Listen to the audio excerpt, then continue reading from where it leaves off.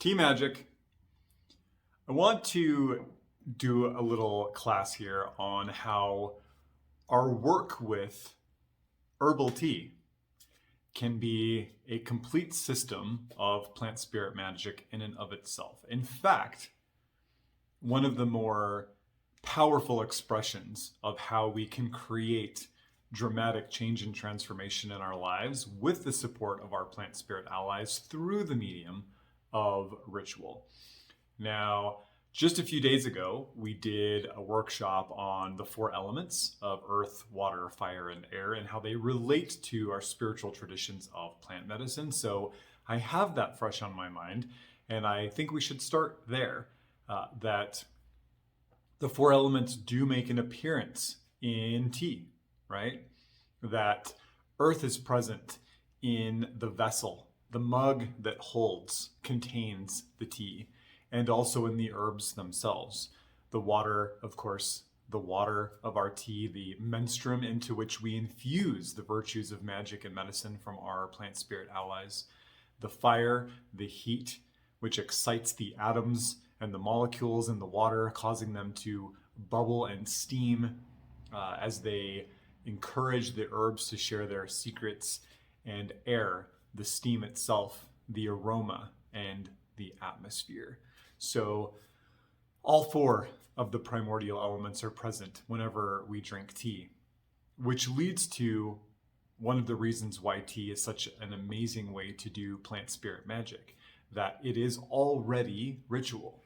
It is already a way to get the movements of transformation out of our head, out of our heart, and into the world, right? So ritual is important because it allows us not to spin our tires. It gives us somewhere to put the energy, a medium by which we move the blessings, the virtues of the plant spirits out into the world, out into our life narrative. And tea is important in this regard because not only is there external ritual, but the ultimate goal of tea is to drink tea. So we are taking in the product of our magical working. We're bringing it into the depths of ourselves. We are allowing it to move internally through who we are. And as it does so, it will create change within. It will feed and nourish the cells and the structures and the functions of our body, not only through the phytochemistry of the plants themselves, but also through the wisdom that the plant spirits carry in that format of medicine. So when we sit down for tea and we have magic on our mind, we have transformation on our mind, we quite literally drink in that magic.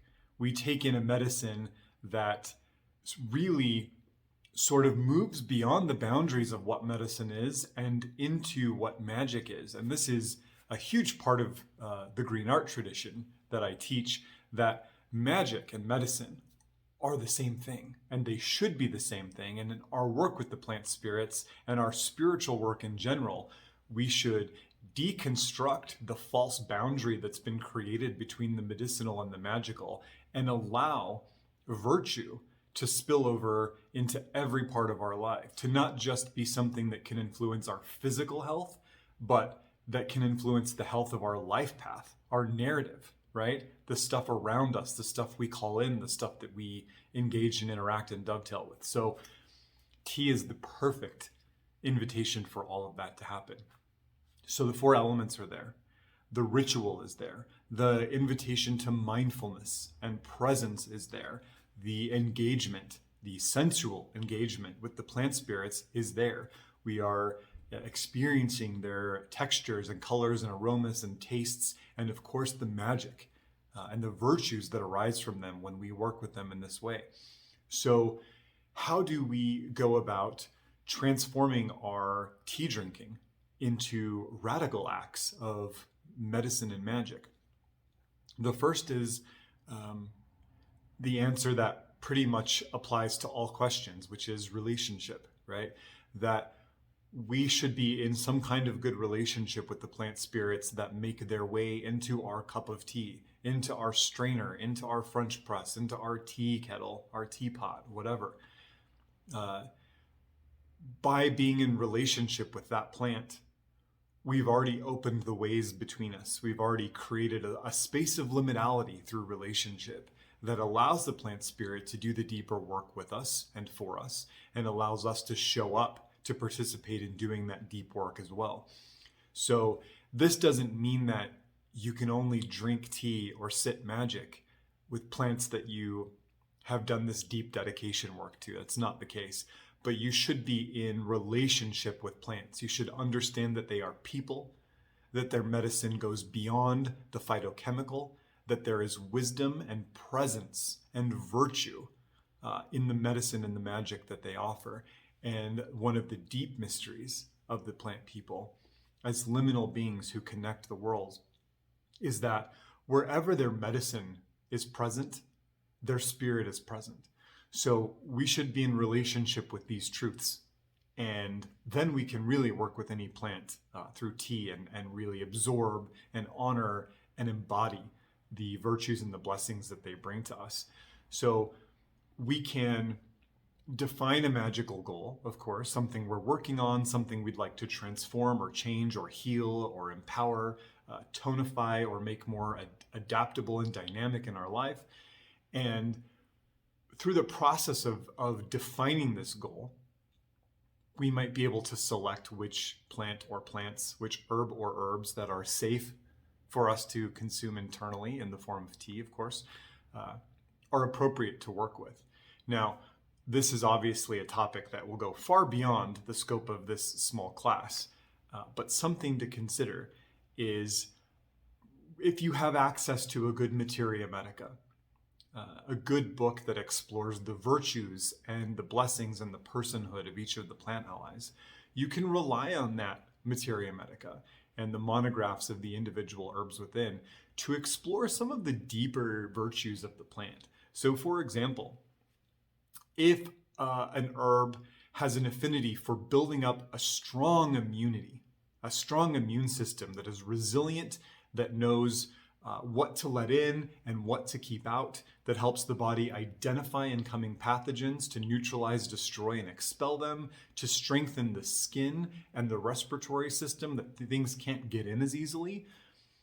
We can also understand that this would be a good plant ally to work with to help us create protection, defense, boundary, and sovereignty in our lives, right? The medicine of the plants does not stop at the surface of the skin. It's not limited to the internal atmosphere of the physical body. When we allow the medicine to spill over into every part of our lives, the medicine spills over into every part of our lives. And what better way to do that than working with tea, to literally spill the elixir of the plant spirits into every part of our lives. So if you're looking for protection, defense, and boundary, we can look towards the herbs that nourish the immune system. If you are looking for maybe some transformation of release, letting go of something, shaking something off, letting something pass from your life that no longer serves you, that's getting in the way, that's bogging you down, we can look at herbs that act as gentle diuretics, that increase the output of urine, that stimulate the kidneys and the bladders to help us let it go, literally, right? So thinking in terms of this way helps us to really understand the way that the established medicinal virtues of the plant spirits and the magical potential of the plant spirits are really woven into one thread. And so from that point of sort of figuring out what our goal is and figuring out which plants we want to work with, really what's left is we get to sit and drink tea. We get to make this process as ritualized and complicated and theatrical as we want, or we can keep it as simple as we want and really just carve that time out to enter into ritual, to make medicine for ourselves with the help of those plant spirits that we've called in, and to sit quietly in a state of receptivity, get squishy, allow with every sip of tea that comes into your body, allow there to be space for change. Allow yourself to go into this plastic state where what needs to change can change, that where the wisdom needs to go, it can go. We have to come in quite humble, quite soil-like in a lot of ways. And the two really big parts of the tea ritual, I mean, this can go very deep, and we will offer this in other classes, but two really big things that you need to bring into your tea drinking to turn it from normal tea drinking into a ritual of magic. The first is connecting with and charging the herbs. The second is following the tea. So connecting with and charging the herbs means that before you craft your herbal tea with the plant or plants that you are working with, you take them in their whole dry state, ideally. If all you have is tea bags, that's okay, but the preference is to have loose, whole herbs. And you hold them in your hands against your heart, and you connect with them in petition, in prayer, in relationship, honoring the personhood of the plant, acknowledging with gratitude their presence, and asking them to help you in whatever it is that you're working on, right? So we need to make a personal connection. We need to saturate these dried plant materials that once had vital force flowing through them, but still carry the spiritual connection to the person of the plant. We need to wake them, rustle them up, and charge them with what it is we're working on so that they can help us, that they can show up with the same to-do list that we have and get on the same page. And there's really no right way or wrong way to do this. What feels right probably is right when it comes to cultivating relationships. So it's, for me, as simple as, again, holding the herbs between my hands, dropping into a state of sharing breath with the plant and connecting with them, and then just speaking my truth, looking for some kind of response and feeling, or what comes up in my mind, or how my posture adjusts, or what happens in my inner vision to let me know that I'm on the right path. The second part of this is the following the tea. And we like to do this with all the medicine that we take internally, that with every single sip of that potion, that tea that has now been transformed into something beyond just medicine, beyond just magic, but into a liquid vessel of transformation that is quite literally saturated with the wisdom and virtues of the plant spirit. We like to take each sip and follow that tea into our body. And obviously it's going to go into your mouth and down your throat and into your belly, and maybe you'll feel some warming in your belly from the warmth of the water. But then what? Where does that energy, the feeling, move in your body? Where does it go? How does it flow? What emotions come up for you with those sips? What memories or ideas or visions come up for you with those sips? How does the body adjust? How does the mood change? What happens in the atmosphere around you? How does the space shift as the medicine is brought into your body? This being fully present with the medicine, showing all the way up for the plant spirits, is the point of liminality where real magic happens. And it's this simple. That's the beauty of it. We can light all the candles, burn all the incense and all of that, and I like to do all of that. But it is in the moment where the tea hits the tongue, that liminal moment where we come into contact with otherness, where everything really happens. So do what you need to do to be as fully present with that as possible. And for most folks, what works, what we do in the green art, what I've taught for years and years, is to just follow it in and experience how the body changes.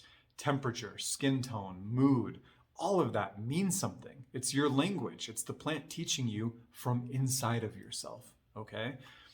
Another interesting aspect of following the tea is feeling where it's effortless, it's water-like for the tea to move in the body, and also feeling where maybe the tea can't reach, where the medicine doesn't seem to flow. Maybe you feel your body become saturated with the warmth and the power of the plant you're sitting with, everything but your feet. It feels like everything warms and becomes vibrant with the energy and the presence of this plant, but it's just like it can't get past your ankles. So there's an invitation there to deeper medicine and deeper magic. There's an invitation to journey into that space within your own body and breathe with that blockage, and to petition the plant spirit to help you open it, that every part of you can be saturated with the magic and the medicine. When we walk out into the world, being literally cellularly shifted by our work with the plant spirits, everything around us has to change. You walk out into the world a different person based on your tea ritual, your tea magic. And so the world will respond differently to you. So we want to get it everywhere we can. If you find that you're struggling with this, if you have a hard time following the medicine, let me give you one little pro tip, a little hack before we wrap up here. And that is, consider that your heart, everything that passes through the organ of the heart, is pumped to every single part of your body. Every fiber, every organ, every process, every cell is nourished directly by the cardiovascular system. The heart is connected to a network upon a network upon a network, which from here is a hub that connects to every single part of your being. So if where you can start can simply be to drink that tea into your heart center, to drink it in and imagine it saturating and filling up the heart, and then being mindful that the heart, with each of those pumps, is pumping that medicine into every single part of your being. And then from there, you can kind of do some deeper follow work and see how things adjust, what comes up, what you feel, what hopes, what positivity, what fears, what worries, how the mental atmosphere shifts, how the dogs bark and the birds chirp, or whatever happens is all relevant. It's all the world communicating with you, right? Entering into relationship with you. So, tea ritual, simple, but incredibly powerful if you take these little mysteries and bring them in to your steep and your sips.